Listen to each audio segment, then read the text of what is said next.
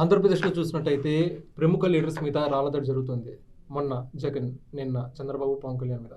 అంత సెక్యూరిటీ ఉన్నా కానీ ఎందుకు ఈ రాళ్ళదాడి జరుగుతుంది? దీని అలా చూస్తున్నారు.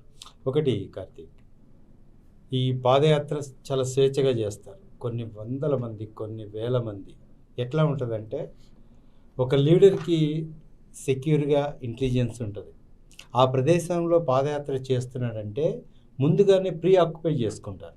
పోలీసులు ఫస్ట్ అక్కడికి వెళ్ళి ఇంటెలిజెన్స్ డిపార్ట్మెంట్ మొత్తం అక్కడ ఎంక్వైరీ చేసి ఎన్ని వేల మంది వచ్చే అవకాశం ఉంది, బయటి వాళ్ళు ఎంతమంది వచ్చే అవకాశం ఉంది. ఆ పాదయాత్ర చుట్టుపక్కల సుమారు 200 మీటర్ల వరకు కూడా వీళ్ళ పహారాలోనే ఉంటుంది. ఆ ప్రాంతం మొత్తం ఎన్ని కిలోమీటర్లు నడిచే అవకాశం ఉందో అక్కడ బస చేసేంత వరకు కూడా వీళ్ళ హ్యాండ్ ఓవర్లో ఉంటుంది. నెక్స్ట్ స్టార్ట్ అయ్యే రోజు కూడా సేమ్ ఇది ప్రాసెస్ కంటిన్యూ అవుతుంది. అక్కడ ఇంటెలిజెన్స్ పోలీసులు ఉంటారు, మామూలు సాధారణ అక్కడ స్టేషన్కి సంబంధించిన పోలీసులు ఉంటారు, ప్రైవేట్ సెక్యూరిటీ ఉంటుంది, అక్కడ లోకల్ లీడర్కి సంబంధించిన ఇంకొక భద్రతా సిబ్బంది కూడా ఉంటారు. ఇంతమంది అక్కడ అదే నాయకుడికి సంబంధించిన కార్యకర్తలు, శ్రేణులు ఉంటారు. అయితే ఇక్కడ ప్రధానంగా కామన్ పీపుల్ నుంచి వ్యక్తమవుతున్న ప్రశ్న ఏంటంటే, అంత సెక్యూరిటీ ఉండి, అంత ప్రైవేట్ భద్రతా సిబ్బంది ఉండి కూడా జగన్పై దాడి ఎలా జరిగింది? ఆ సదరు నిందితుడు ఎలా తప్పించుకుంది?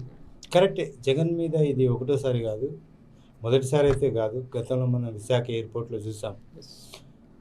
కోడికత్తి తీసుకొని జగన్మోహన్ రెడ్డి మీద ఇదే సెల్ఫీ దిగడానికి వచ్చి దాడి చేశాను. ఇంతవరకు ఆ ఫుటేజ్ బయటికి రాలేదు. ఆ నేరం ఏ కోణంలో చేశాడు? నిజంగా జగన్మోహన్ రెడ్డి మీద గ్రడ్జెస్ పెంచుకొని చేశాడా? జగన్మోహన్ రెడ్డి నిజంగానే ఆయనను లేకుండా చేద్దామని చేశాడు? ఏ విషయం కూడా బయటకు రాలేదు. ఆయన ఇమీడియట్గా పట్టుకున్నారు, విచారణ కూడా చేశారు. ఇప్పటికీ క్లూలెస్గా మారిపోయింది. ఇప్పటికీ ఎలాంటి క్లూ లేదు, అసలు ఏం జరిగింది నిజంగా అనేది కూడా ఏం తేలలేదు. సో నిన్న ఏదైతే కృష్ణా జిల్లాలో జగన్మోహన్ రెడ్డి మీద దాడి, ఆ రాళ్ల ఫుటేజీ కూడా లేదు. రాళ్ల ఫుటేజీ లేదు. జగన్తో పాటు ఆ బస్సు మీద ఎంతమంది ఉన్నారు? వెల్లంపల్లి లాంటి వాళ్ళు కూడా ఉన్నారు. ఏ ఒక్కరికి కూడా గాయం కాలేదు. వెల్లంపల్లికి కాస్త గాయమైంది, మిగతా వాళ్ళకి ఎవరికి గాయం కాలేదు. అంటే వాంటెడ్లీ జగన్ మీదే దాడి చేయాలన్నంతగా వాళ్ళు చేస్తున్నారు. కాకపోతే ఇక్కడ $1 మిలియన్ క్వశ్చన్ అంటే, అతను ఎందుకు పట్టుకోలేకపోయారు? గడిచి 48 గంటలు గడుస్తున్నా కానీ ఇంకెందుకు పట్టుకోలేకపోయారు అనే ప్రశ్న. ఎలక్షన్ టైము, ప్రచారం సమయం, ఒక ముఖ్యమంత్రిగా ఉన్నారు జగన్మోహన్ రెడ్డి. ఆయన మీద ఇలాంటి రాళ్ల దాడి జరిగిందంటే చుట్టూ ఉన్న సెక్యూరిటీ ఏం చేస్తున్నట్టు. ఇంకోటి, జగన్ ప్రైవేట్ సైన్యం కూడా చాలా బలోపేతంగా ఉంటుంది. అక్కడక్కడ మొహరించి ఎవరేం చేస్తున్నారు, ఎవరేం కామెంట్ చేయబోతారు, జగన్ స్పీచ్ని ఎవరు ఎలా రిసీవ్ చేసుకుంటారు, ఇంకేమన్నా ఆగంతకులు ఈ మాబులో ఈ జనాల మధ్య ఉన్నారా, ఇవన్నీ కూడా సిస్టంలో చాలా పకడ్బందీగా పనిచేస్తుంటాయి.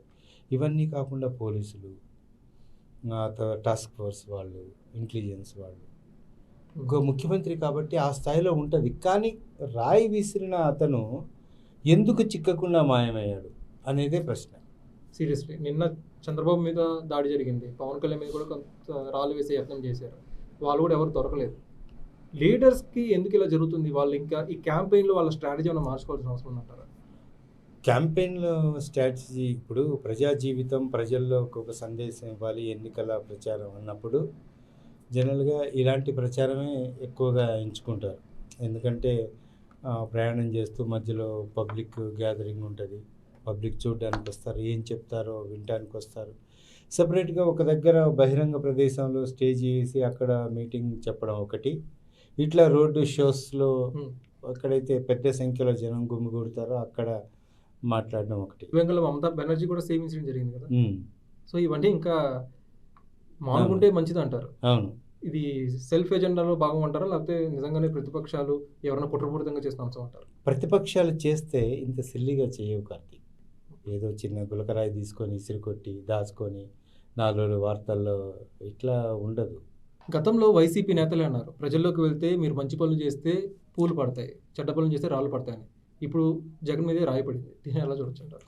అంటే ఈ ప్రజా జీవితంలో రోడ్ షోస్ ఇట్లాంటి జరగకూడని సంఘటనలు జరిగినప్పుడు ఈ సంఘటనల మీద వాళ్ళ మీద వీళ్ళు, వీళ్ళ మీద వాళ్ళు విమర్శించుకోవడం సర్వసాధారణం.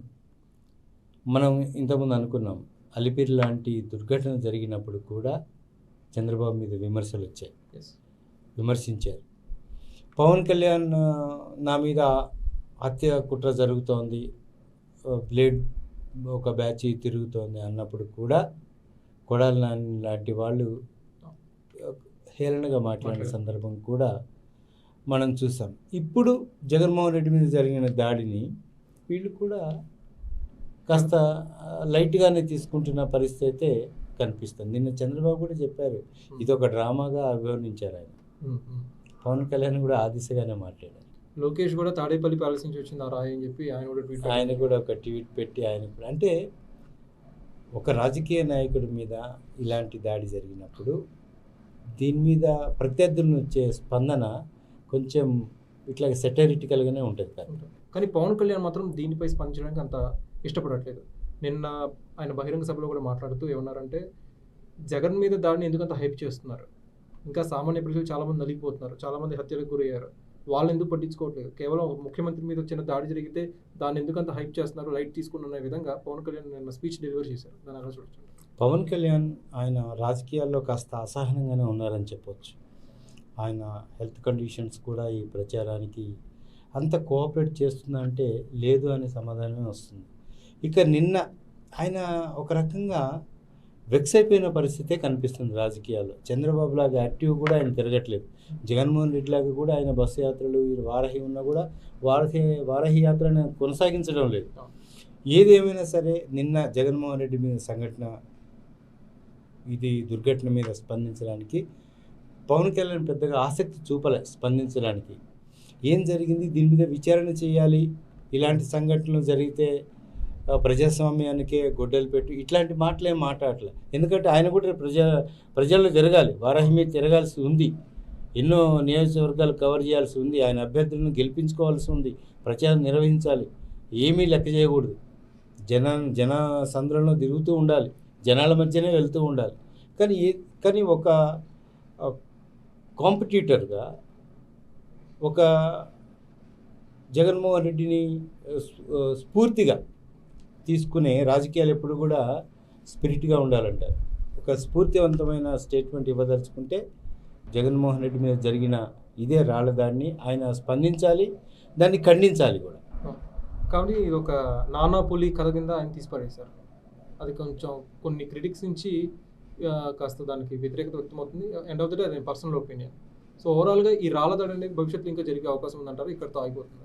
అంటే దీని మీద ఒక పకడ్బందీ ప్రణాళిక రాజకీయ నాయకులు రచించుకోవాల్సిన అవసరం ఉంటుంది.